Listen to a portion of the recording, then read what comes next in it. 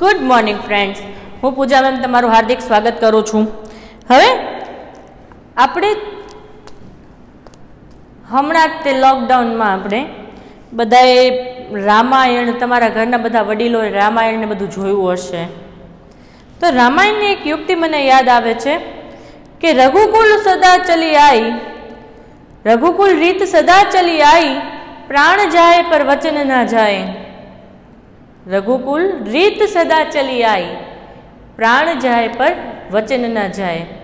एटले के जे रघुकुलना लोगो होय ते पोताना प्राण पण त्यागी दे छे, पण पोते जे कीधेलुं होय, जे प्रोमिस करेलुं होय ए क्यारेय तोड़ता नथी।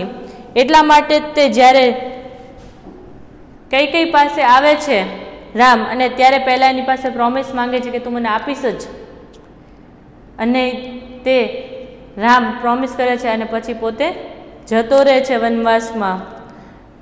बधाए कीधुं होवा छतां पण छेल्ले तोय राम एम कहे छे कि मैं वचन आपेलुं छे एटले हूँ 14 वर्ष सुधी वनवास में रहीश अने पछी ज पाछो आवीश।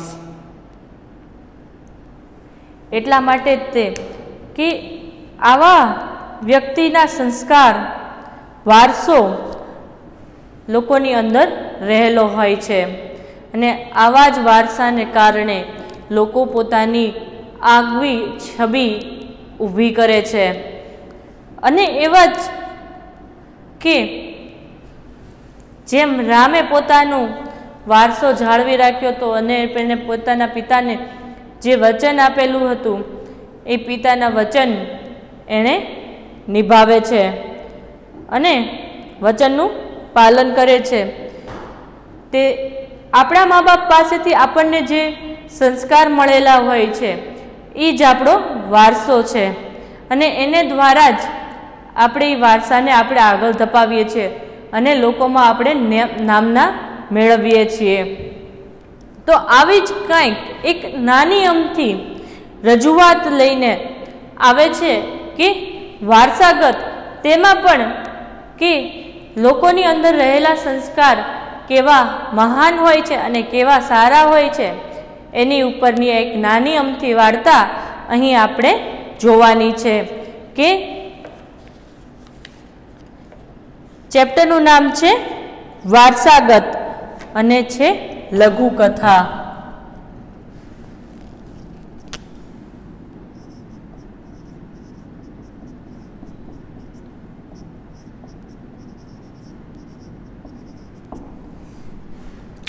लघुकथा हवे हवे गुजराती में कहेवत छे मोरना ईंडा चीतरवा न पड़े, वड एवा टेटा बाप एवा बेटा। आ बधी गुजराती जे कहेवतो छे ई बधी क्यांक ने क्यांक आपणने लागू पड़ती आवे छे। आ जे छे के वड एवा टेटा बाप एवा बेटा एटले जेवा बापना एटले के पिताना संस्कार होय एवा जेना दीकराना संस्कार होय। मोरना ईंडा चीतरवा न पड़े एटले के जेवुं जेनुं संस्कार होय, जेवा जेने उछेर होय एवा ज एना दीकराना पण एवा ज संस्कार होय छे। खबर पड़ी जाय छे के आ आनो ज दीकरो छे। तो सौथी पहला आपणे कवि लेखक छे दुर्गेश ओझा।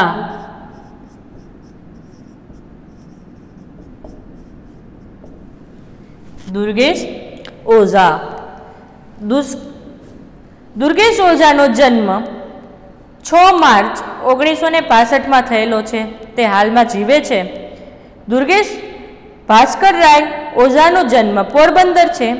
सिंडिकेट बैंक में पोरबंदर में कार्यरत छे। विविध सामयिको अने वर्तमान पत्रों में तेमना लेखो प्रकाशित थयेला छे। अक्षत तेमना लघुकथा संग्रह छे। खेल वार्ता संग्रह प्रकाशित थयेलो छे। टीवी सीरियलों में अभिनेता तरीके अने संगीतना कार्यक्रमों में गायक तरीकेनी भूमिका अदा करे छे। हवे आ चेप्टर में आपणने શું કહેવા માંગે છે તેની વાત આપણે કરીએ કે લઘુકથા સાહિત્ય પ્રકારમાં લાઘવ અને અંતે આવતી ચોટ અત્યંત મહત્વની છે. લાઘવ એટલે લઘુ એટલે નાનું. આ સાવ નાની એવી વાર્તા છે, પણ અંતે આપણને કંઈક મોટો ઉપદેશ દઈ જતું હોય એવી આ વાર્તા હોય છે. આ લઘુકથામાં વારસાગત રીતે આવતા હકારાત્મક મૂલ્યોની લેખકે સુંદર રીતે ગૂંથણી કરેલી છે. મગનને આપેલી જમીન પાછી પડાવી લેવા માટે મોહનને તેના સગાવાળો ચડાવે છે. મોહન તૈયાર થાય છે, પરંતુ અંતે સ્ફોટ થાય છે કે તેણે હવે એ જમીન ખરેખર મગનના નામે કરી આપી છે. પિતા રામશંકરનો ઉદાર સ્વભાવનો વારસો મોહને પણ જાળવ્યો છે. તે અહીં આકર્ષક રીતે મૂક્યું છે. તો આ વાર્તામાં આપણને નિષ્ઠાવાન વ્યક્તિની કદર કરવી જોઈએ એવું આપણને અહીં કહેવામાં આવ્યું છે. પહેલાંના સમયમાં એવું હતું, જે રહે તેનું ઘર અને જે ખેતી કરે, જે ખેડે એનું, જે વાવે તેનું ખેતર, રહે તેનું ઘર અને વાવે તેનું ખેતર. પહેલાંના સમયમાં જે ખેતી કરે, હવે તો ભાગ્યા રાખવામાં આવે છે, પણ પહેલાંના સમયમાં શું, જે ખેતી કરે એની જમીન થઈ જતી હતી, જે લોકો રહે એનું ઘર થઈ જતું હતું. પણ હવે એ વસ્તુ નથી રહી, પહેલાંના સમયમાં એ વસ્તુ હતી. તો એની ઉપરનું આ લઘુકથા થોડીક વણાયેલી છે, જેમાં એક માણસ હોય છે જે નિષ્ઠાવાન હોય છે. તે ખેતી કરે છે સ્વાર્થ વગરનું. બાકી એ સમયમાં એવું હતું, જે વાવે તેનું ખેતર.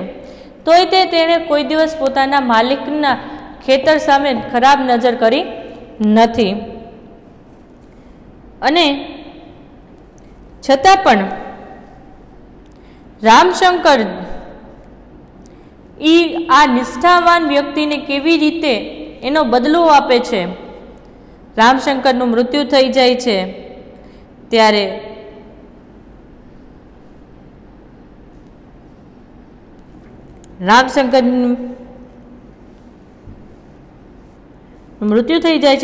જ કે રામશંકરનું મૃત્યુ થાય છે ત્યારે પછી જે રામશંકરનો પુત્ર હોય છે મોહન, તેનું લોકો ચડાવે છે કે આ જુઓ ખેતરમાં કેટલો સારો પાક થાય છે, આ વર્ષે તારા ખેતરમાં સારો પાક નથી થયો. એને જે ટુકડો રામશંકર આપીને ગયા છે એમાં સારો પાક થયો છે, એણે પોતાના ખેતરમાં સારી વાવણી કરી, તારા ખેતરમાં સારી વાવણી નથી કરી.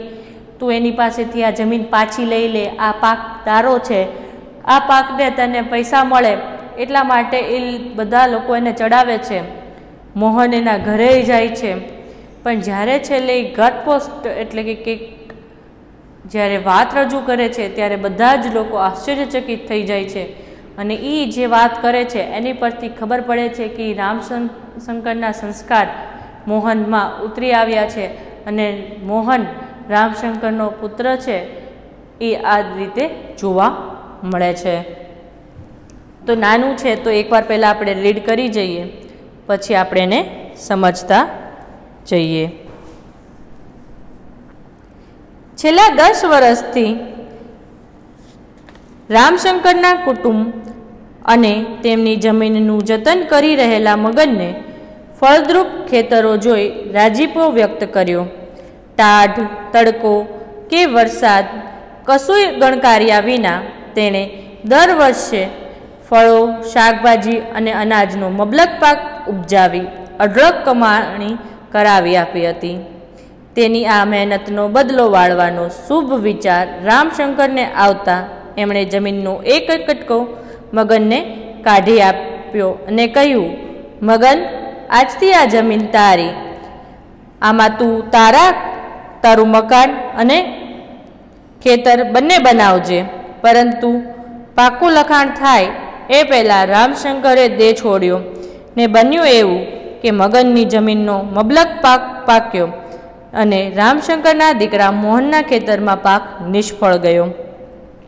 સ્વજનોએ સલાહ આપી, તારે બાપે આ જમીન મગનને આપી એ સાચું, પણ એનો પુરાવો ક્યાં છે? વ્યવહારું બન, આંકડે માખો વગરનું મધ છે. 4-5 આગેવાનોની ત્યારે હાજરી હતી, પણ એણે તો આપણે ફોડી લેશું. મગન તો હરખભેર આવકારી રહ્યો. આવો આવો નાના શેઠ, તમારા પ્રતાપે ને તમારા બાપુની કૃપાએ મારી જમીનમાં સોનાનો સૂરજ. મારી જમીન? એમ? આ જમીન તારી છે? એનો કોઈ આધાર છે? લખાણ છે તારી પાસે? રામશંકર બાપાના બોલ એ જ મારે મન ભગવાનનો. એમ ન ચાલે. આ જમીન તારી નથી. શું સમજ્યો? લે આ કાગળો ને કર સહી એટલે છેડો ફાટે. મોહનના આ શબ્દોથી મગનને પગ નીચે જમીન સરકી જતી લાગી. દોસ્ત સમી જમીન દોસ્ત થતી લાગી. મગનને ધ્રુજતા હાથે સહી કરી. મોહને કાગળો આંચકી લીધા અને સ્વજનો અટ્ટહાસ્ય કરી રહ્યા. મોહન બોલી ઉઠ્યો, હવે કામ પૂરું. હવે તારી પાસે કોઈ સાબિતી નહીં માંગે. મૂર્ખ, આજથી આ જમીન કાયદેસર તારી થઈ ગઈ. લે સાચવ, આ તારો દસ્તાવેજ. સ્તબ્ધ સ્વજનો પ્રશ્નસૂચક નજર માંડી એટલે મોહને મગનને ખંભે હાથ રાખીને કહ્યું, હું રામશંકરનો દીકરો છું.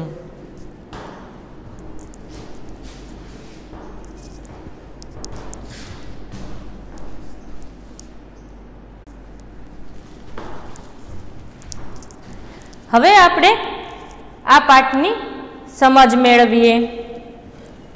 છેલ્લા 10 વર્ષથી રામશંકરના કુટુંબ અને તેમની જમીનનું જતન કરી રહેલા મગનને ફળદ્રુપ ખેતર જોઈ રાજીપો વ્યક્ત કર્યો. હવે રામશંકર નામના કોઈ શેઠ હતા.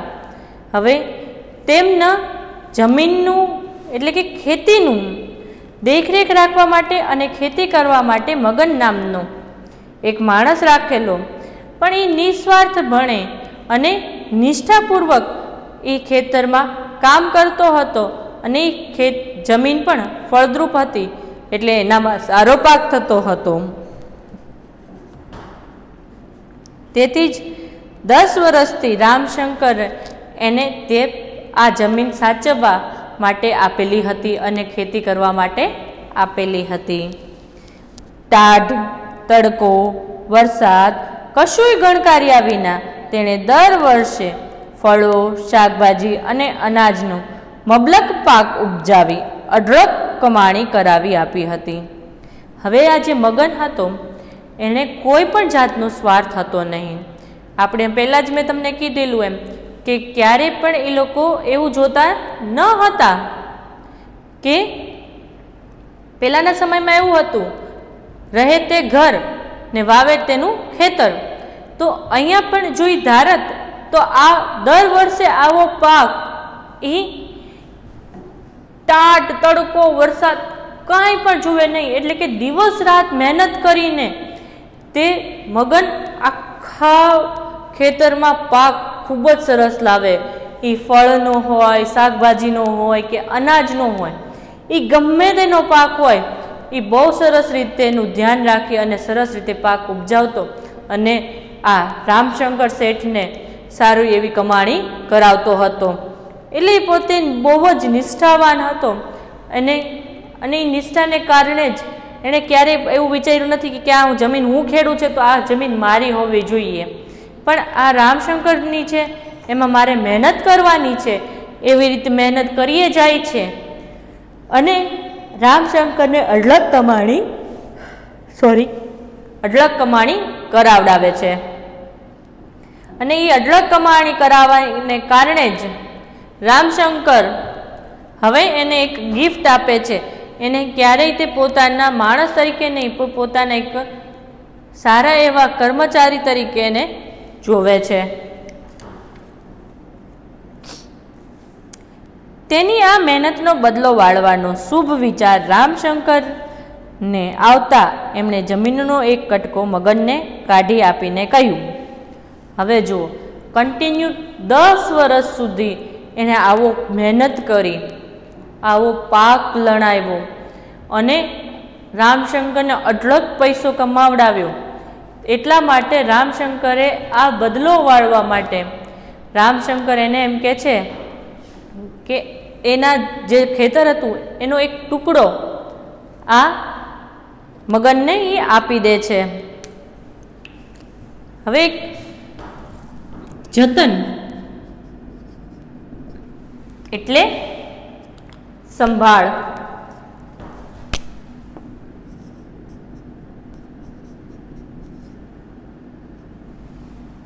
ફળદ્રુપ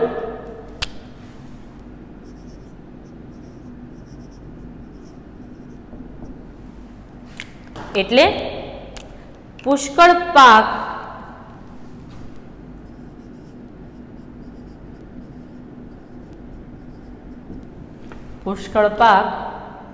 કે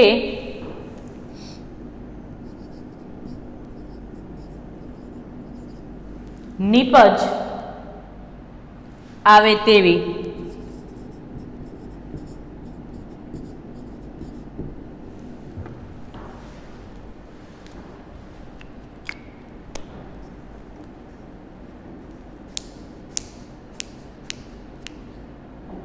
રાજીપો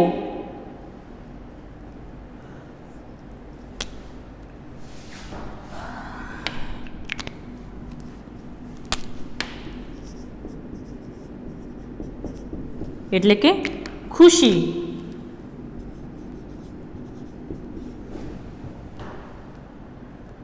મબલક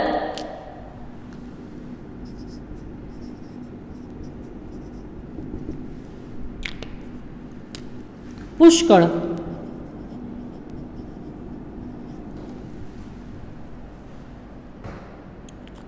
અતિશય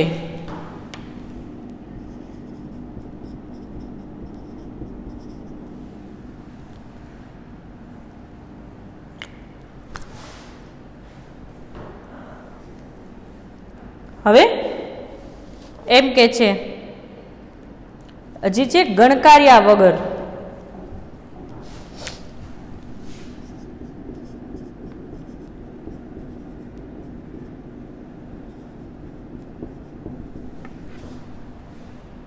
ગણકાર્યા વિના, ધ્યાનમાં લીધા વિના.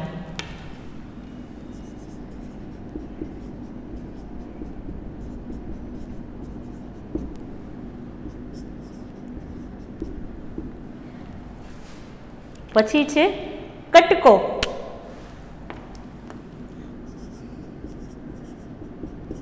એટલે ટુકડો.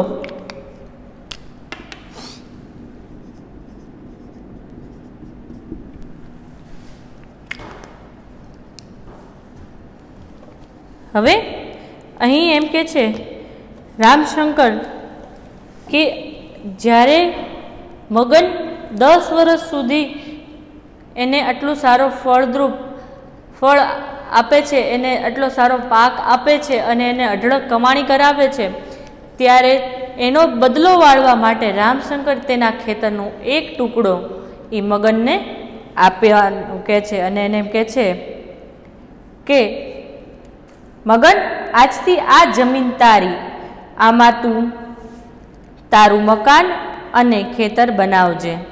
હવે મગનને રામશંકર એમ કહે છે કે આ ટુકડો તારો, આમાં તારું ઘરે બનાવજે અને આ તારું ખેતર, આટલી જગ્યામાં તું જે વાવી એનો પૈસો તને મળશે, એમાં મારો કોઈ હિસ્સો નહીં. બાકી બધે જ્યાં તું ખેડીશ એમાં એનો બધો હિસ્સો મારો.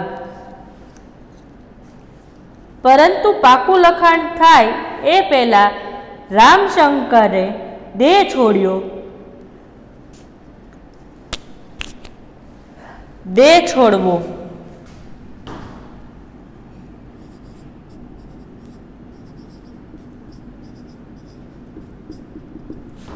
એટલે મૃત્યુ થવું.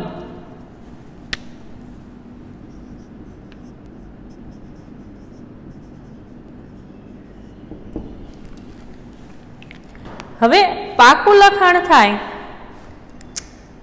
એટલે કે દસ્તાવેજ થાય.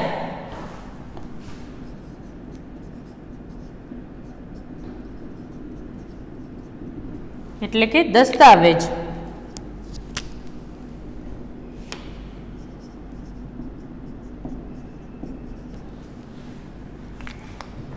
તમે લોકો જે ઘરમાં રહ્યો છો એ ઘર તમારું છે એ સાબિત કરવા તમારી પાસે એના દસ્તાવેજ હોવા જોઈએ કે સરકારમાં લખાવેલું હોવું જોઈએ કે આ જુઓ, આ જગ્યાએ આ વ્યક્તિ આ ઘરનો માલિક છે. તો એવી જ રીતે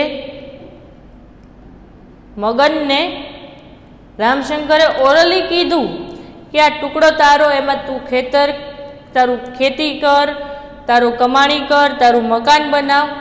પણ પાકો દસ્તાવેજ થાય, રામશંકર એને પાકા કાગળિયા આપે કે દસ્તાવેજ આપે એની પહેલાં રામશંકરનું મૃત્યુ થઈ જાય છે. અને જોગાનું જોગ એ વર્ષે એવું બને છે કે મગન જે રામશંકર એને ટુકડો આપ્યો હતો એમાં જે ખેતી કરે છે એમાં ખૂબ જ સારો પાક થાય છે. અને જ્યારે રામશંકરની બાકીનું જે ખેતર હતું એનો પાક આખો પાક નિષ્ફળ જાય છે. નિષ્ફળ જવું.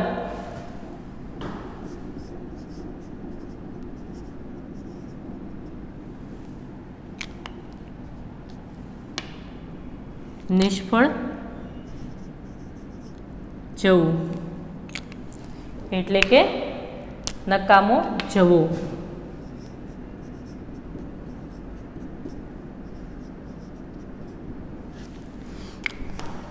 તો અહીં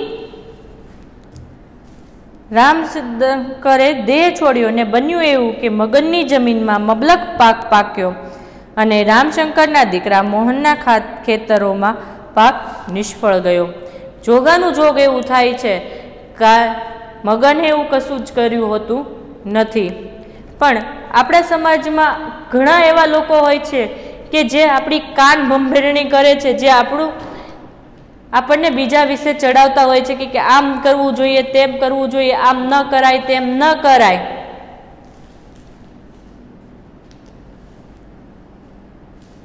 એટલા માટે જ હવે જ્યારે મોહનના ખેતરનો પાક સારો નથી ગયો, નિષ્ફળ ગયો છે અને મગનના ખેતરનો પાક મબલક પાક એટલે ખૂબ જ વધારે પાક પાક્યો છે, એટલે તેના મોહનના સ્વજનોએ મોહનને સલાહ આપે છે કે સ્વજનોએ સલાહ આપી તારા બાપે આ જમીન મગનને આપી એ સાચું, પણ એનો પુરાવો ક્યાં છે? પુરાવો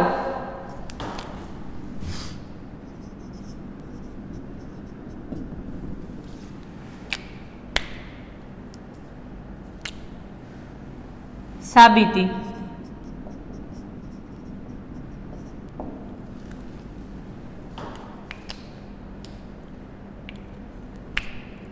એટલે જેટલા સ્વજનો હતા હવે એ મોહનને ચડાવે છે અને એમ કહે છે કે સાચું તારા પિતાજીએ આ જમીનનો ટુકડો મગનને આપેલો છે, પણ એના કોઈ દસ્તાવેજ કે એનું કોઈ લખાણ એની પાસે છે નહીં. તો એનો પાક મબલક પાકેલો છે, તો તું આ જમીન તારી છે તો તું એ જમીન તું એની પાસેથી પાછી લઈ લે.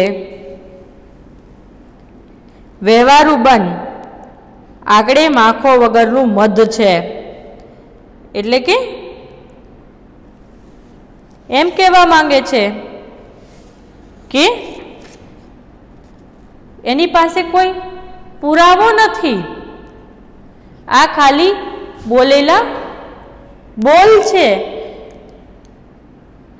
એનો કોઈ એની પાસે દસ્તાવેજ કે પુરાવો નથી કે રામશંકરે એને આ જમીન આપેલી છે.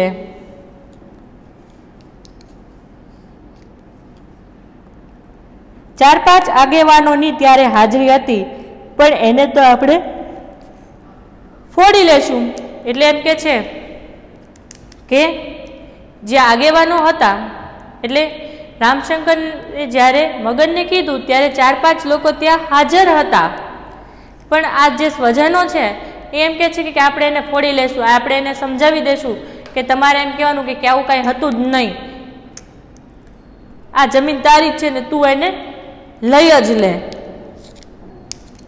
મગન તો હરખ ભેર આવકારી રહ્યો, આવો આવો નાના શેઠ, તમારા પ્રતાપે અને તમારા બાપુની કૃપાથી મારે જમીનમાં સોનાનો સૂરજ. હવે મગનને તો આ કશી વાતની ખબર નથી અને મોહન જે બધાના લોકોના ચડાવવામાં આવી જાય છે અને એને એમ કહે છે કે ચાલો આપણે એના ઘરે જઈએ છીએ. હવે બધા ભેગા થઈને મગનના ઘરે આવે છે. મગન હરખાઈ જાય છે, ખુશ થઈ જાય છે અને નાના શેઠને આવકારો આપે છે કે આવો આવો નાના શેઠ આવો. અને એમ કહે છે કે તમારી કૃપાથી અને તમારા પિતાજીની કૃપાથી કે મારા જમીનમાં સોનાનો સૂરજ, સોનાનો સૂરજ ઉગવો.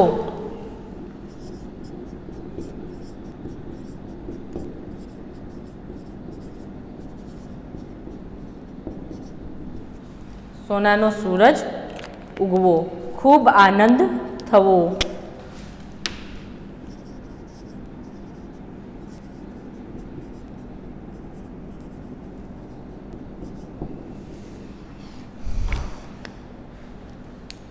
તો અહીં શું કહે છે કે એને મોહનને પોતાના ઘરમાં બોલાવે છે અને પોતાનો રાજીપો વ્યક્ત કરે છે કે તમારી અને તમારા પિતાજીની કૃપાને કારણે જ મારા ઘરે આજે આટલી ખુશીનો એટલે આનંદનો દિવસ આવ્યો છે. મારી જમીન, એમ આ જમીન તારી છે, એનો કોઈ આધાર છે, કોઈ લખાણ છે તારી પાસે? હવે મોહનને એમ કહે છે કે તમારા પ્રતાપે મારા જમીનમાં આટલો સારો પાક થયો છે, એને કારણે મને આટલો આનંદ થાય છે. એટલે તરત જ મોહન એમ કહે છે કે આ જમીન તારી છે? એમ ક્યાં છે આના દસ્તાવેજ, ક્યાં છે એના કાગળિયા, ક્યાં છે આના લખાણ કે આ જમીન તારી છે? રામશંકરના બોલ, એ જ મારે મન તો ભગવાનનો. એ સમયમાં માણસના જીભની એટલે કે વચનની બહુ કિંમત હતી. ખાલી માણસ બોલે, વચન આપે, એને ખાલી કે એટલામાં જ બધું આવી જતું હતું. એ સમયમાં આવા કાગળિયાની કોઈ જરૂર હોતી ન હતી. એટલે જ મગન એમ કહે છે કે રામશંકર બાપાના બોલ, એ જ મારે મન તો ભગવાન છે. એણે મને કીધું કે આ જમીનદારી એટલે હું આ જમીન મારી સમજવા લાગ્યો હતો. એમ ન ચાલે, આ જમીન તારી નથી, શું સમજ્યો? મોહન કહે છે કે એવું ન ચાલે, કોર્ટ એવિડન્સ માંગે છે, પ્રૂફ માંગે છે. તારી પાસે આવું કોઈ પ્રૂફ છે? તારી પાસે કોઈ લખાણ છે? ત્યારે મોહન ને એમ કહે છે કે તારે કોઈ આવી જરૂર નથી, આ જમીન તારી નથી, તારી પાસે કોઈ લખાણ નથી, આ જમીન મારી છે. લે આ કાગળો અને કર સહી એટલે છેડો ફાટે.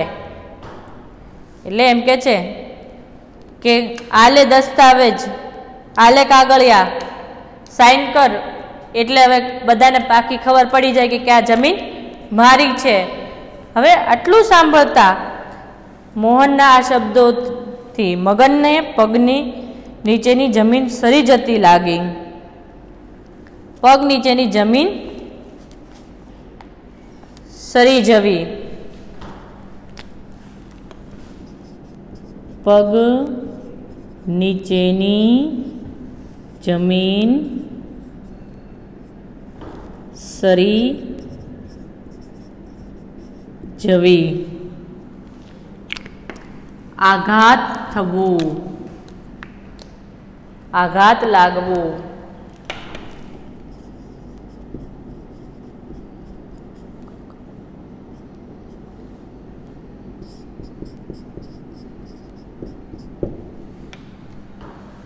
શોક્ડ થવું. મોહનના આવા શબ્દ સાંભળી મગન તો એકદમ શોક્ડ થઈ ગયો. દોસ્ત સમી જમીન, જમીન દોસ્ત થવા લાગી. દોસ્ત એટલે મિત્ર જેવી. જમીન, જમીન દોસ્ત થવા લાગી, જમીન દોસ્ત થવ્યું.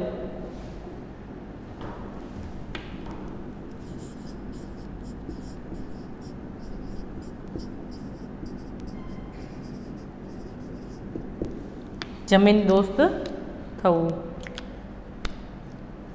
નાશ પામતી,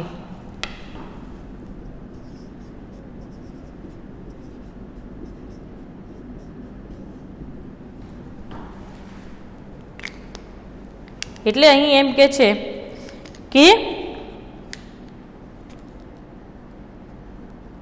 જ્યારે મોહનના આવા શબ્દ સાંભળી મોહનને તો શોક લાગે છે અને જે પોતાના દોસ્ત સમી આ જમીન હતી એ આજે નાશ પામતી હોય, પોતાનેથી દૂર જતી હોય એવું મગનને લાગે છે. પરંતુ એની નિષ્ઠાવાન કેટલો કે એની પાસે કોઈ કાગળ ને એવું નહોતું, છતાં પણ એને મોહને કીધું એટલે એણે ધ્રુજતા હાથે સહી તો કરી જ દીધી. મોહને કાગળો આંચકી લીધા. જેવી એણે સાઇન કરી એટલે એવા સીધા એણે કાગળ આંચકી લીધા અને સ્વજનો અટ્ટહાસ્ય કરી રહ્યા હતા. અટ્ટહાસ્ય એટલે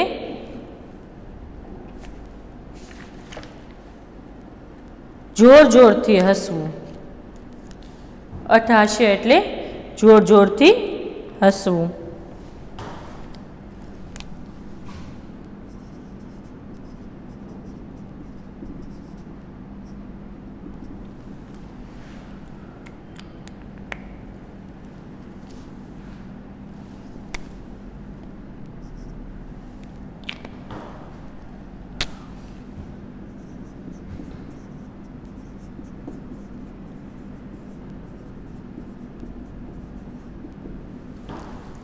જોર જોરથી હસવું. જેવા જ કાગળિયા આંચકી લે છે એટલે જે મોહનની સાથે સ્વજનો આવેલા હોય છે એ જોર જોરથી હસવા માંડે છે.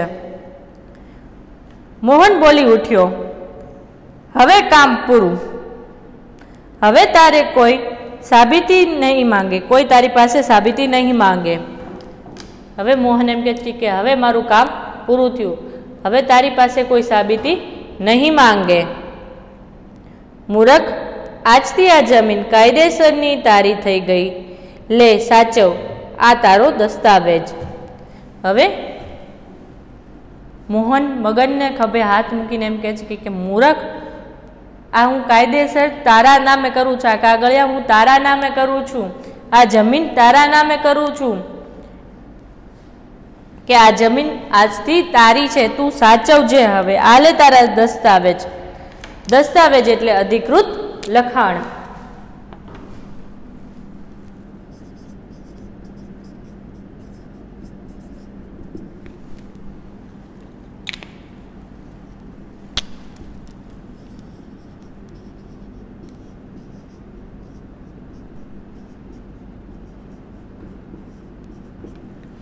આપણે કોઈ પણ શોપ, ઘર કે જમીન લઈએ તો સૌથી પહેલાં આપણે એનો દસ્તાવેજ બનાવવો પડે છે કે એ વસ્તુ આપણા નામે છે, એ આપણે એને સાબિત કરવાની હોય છે, એટલે આપણે દસ્તાવેજ કરવો પડે છે.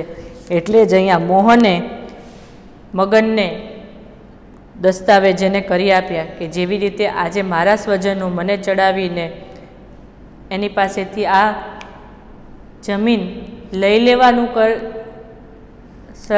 ષડયંત્ર રચાયું, તો ભવિષ્યમાં પણ આવું કંઈક થઈ શકે એટલે જ મોહને એને દસ્તાવેજ બનાવડાવી દીધા અને કાયદેસર એ જમીન મગનને આપી દે છે. સ્તબ્ધ સ્વજનો પ્રશ્નસૂચક નજર માંડી. સ્તબ્ધ એટલે કે આશ્ચર્યજનક. સ્ટન્ડ, સ્તબ્ધ એટલે આશ્ચર્યચકિત થવું.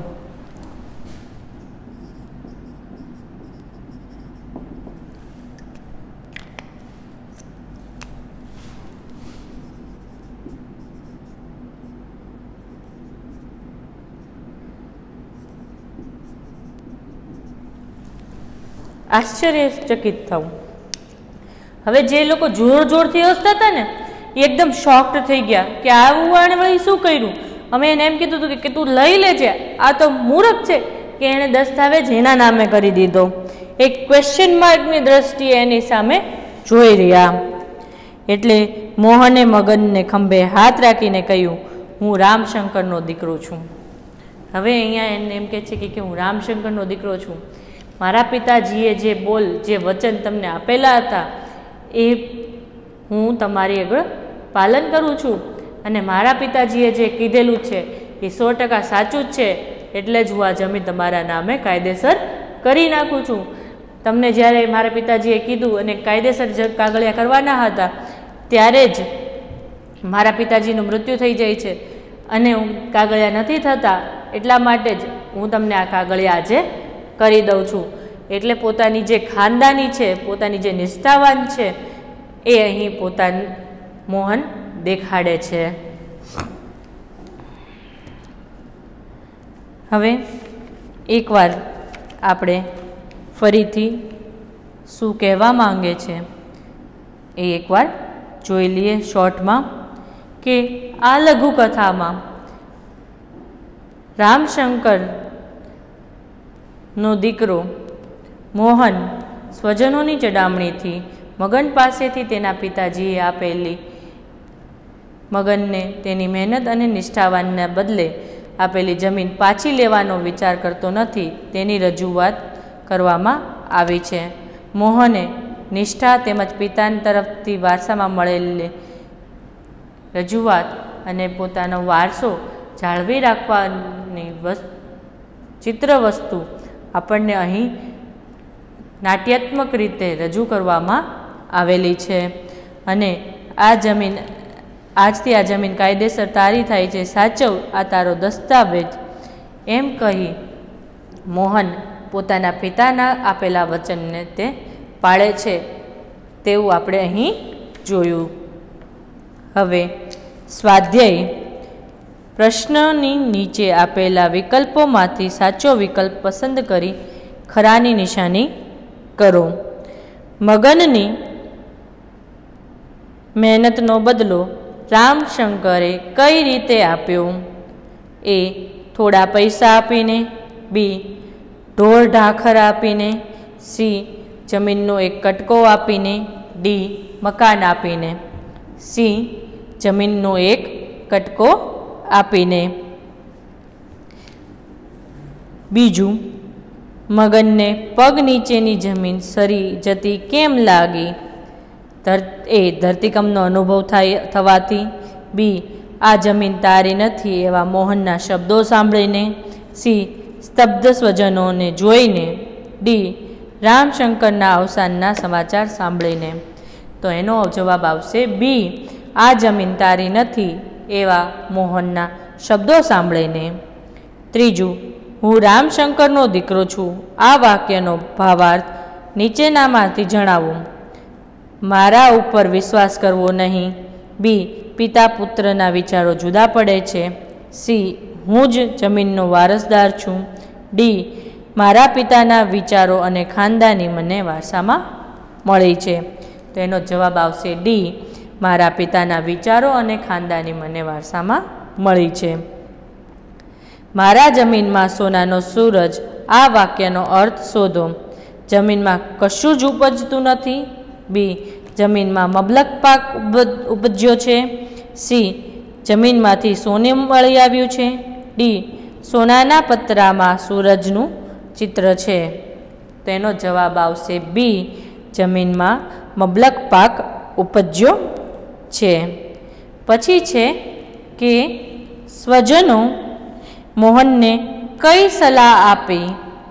તો જવાબ છે સ્વજનોએ મોહનને સલાહ આપી કે મગન પાસે જે જમીન છે તેનું કોઈ લખાણ કે દસ્તાવેજ તેની પાસે નથી, તેથી આ જમીન તારી છે અને તું એની પાસેથી પાછી લઈ લે. વ્યવહારુ બન. મોહને દસ્તાવેજમાં સહી કરી આપી કારણ કે મગનને કહ્યું કે તારા બાપુ રામશંકરની કૃપાથી અને મારી જમીનમાં સોનાનો સૂરજ ઉગ્યો છે. આ સાંભળી તરત જ મોહનને તેને ધમકાવતા પૂછ્યું કે આ જમીન તારી છે? એનો કોઈ આધાર કે કોઈ લખાણ છે તારી પાસે? મોહન આવા શબ્દો સાંભળી દસ્તાવેજમાં સહી કરી આપે છે. નીચેના પ્રશ્નોના સવિસ્તાર ઉત્તર આપો. મોહને પિતાની ખાનદાનીનો વારસો જાળવ્યો હતો. આ વિધાન સમજાવો. પહેલાં તો આપણે શું લખવાનું છે કે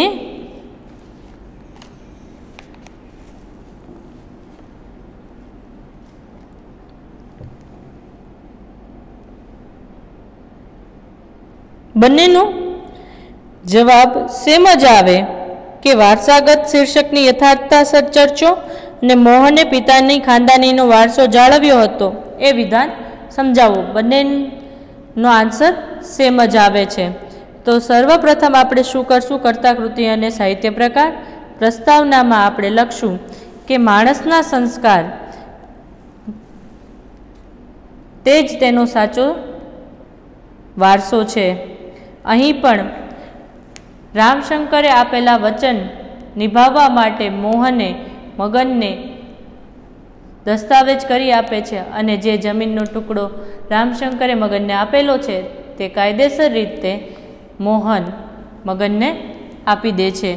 તેવી જ રીતે નિષ્ઠાવાનની કદર કરવી જોઈએ અને સાથે સાથે અહીં વારસામાં મળેલા સંસ્કાર મોહનના રૂપમાં આપણને જોવા મળે છે. તો હવે એનો જવાબ લખીએ તો મોહનના પિતા રામશંકર હતા.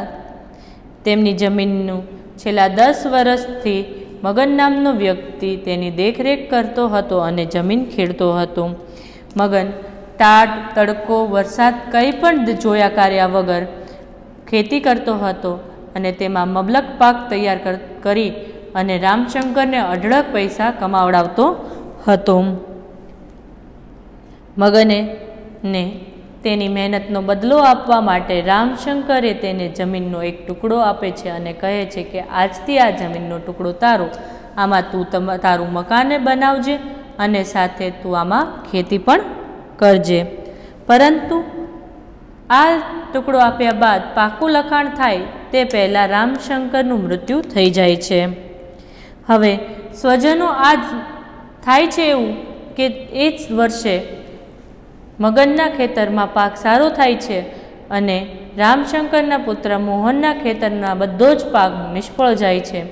તેથી જ સ્વજનો તેને ચડામણી કરે છે અને એમ કહે છે કે તારા પિતાજીએ મગનને આ જમીનનો કટકો આપ્યો છે, તેનો કોઈ પુરાવો મગન પાસે નથી, તેથી તું આ જમીન તેની પાસેથી પાછી લઈ લે.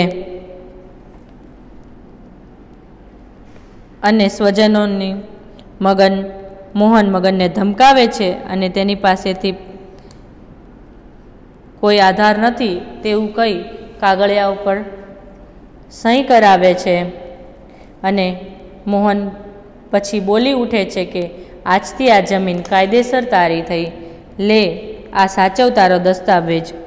ત્યારે દરેક સ્વજનો તેની સામે પ્રશ્નાર્થસૂચક દ્રષ્ટિથી તેની સામે જોતા હોય છે અને મોહન મગનના ખભે હાથ મૂકીને એમ કહે છે કે હું રામશંકરનો દીકરો છું. આ રીતે મોહને ખાનદાનીનો વારસો જાળવ્યો અને આ જ રીતે આ પાઠનું શીર્ષક વારસાગત યોગ્ય થાય છે. હવે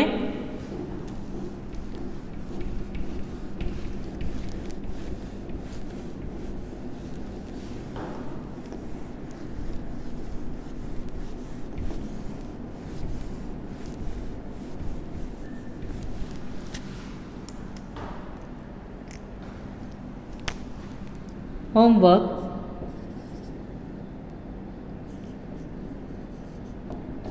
ગદ્ય 11 વારસાગત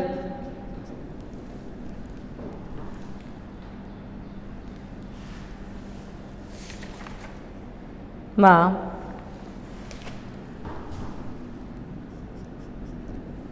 સમાનાર્થી, વિરુદ્ધાર્થી,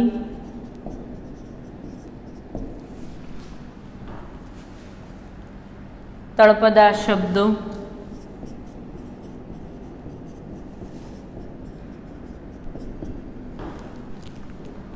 શબ્દ સમૂહ માટે એક શબ્દ,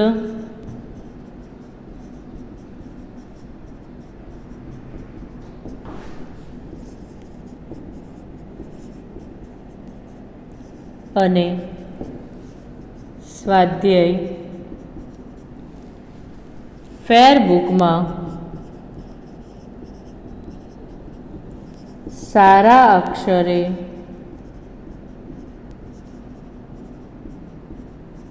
લખવો. ઓરલી મેં તમને સ્વાધ્યાય પણ કરાવી દીધો છે. તમારે 3 જ ક્વેશ્ચન લખવાના છે. ચોથો ક્વેશ્ચન લોંગ ક્વેશ્ચન આન્સર બંને સેમ આન્સર આવે છે, એટલે બંનેનું કોમન કરી નાખવાનું છે. મોહને પિતાની ખાનદાનીનો વારસો જાળવ્યો તો આ વિધાન સમજાવો, અથવા વારસાગત શીર્ષક યથાવત ચર્ચો. આ બંને સેમ છે, એટલે 3 જ ક્વેશ્ચન આન્સર લખવાના છે અને 4 એમસીક્યુમાં ઓપ્શન તમારે લખવાના હોતા નથી. તો આ સાથે આપણે આપણું 11મું ચેપ્ટર વારસાગત, જેના લેખક છે દુર્ગેશ ઓઝાનું આપણે સરસ મજાનું એક વાર્તા આપણે અહીં સાંભળી અને સમજ્યા કે એમાં શું કહેવા માંગે છે કે નિષ્ઠાવાન વ્યક્તિની હંમેશા કદર કરવી જોઈએ અને દરેક વ્યક્તિમાં પોતાની ખાનદાની અને પોતાના પિતાનો વારસો મળી આવે છે. તો આવા સરસ રજૂઆત સાથે આપણે આજનું લેક્ચર અહીં સમાપ્ત કરીએ છીએ. Good bye, have a nice day.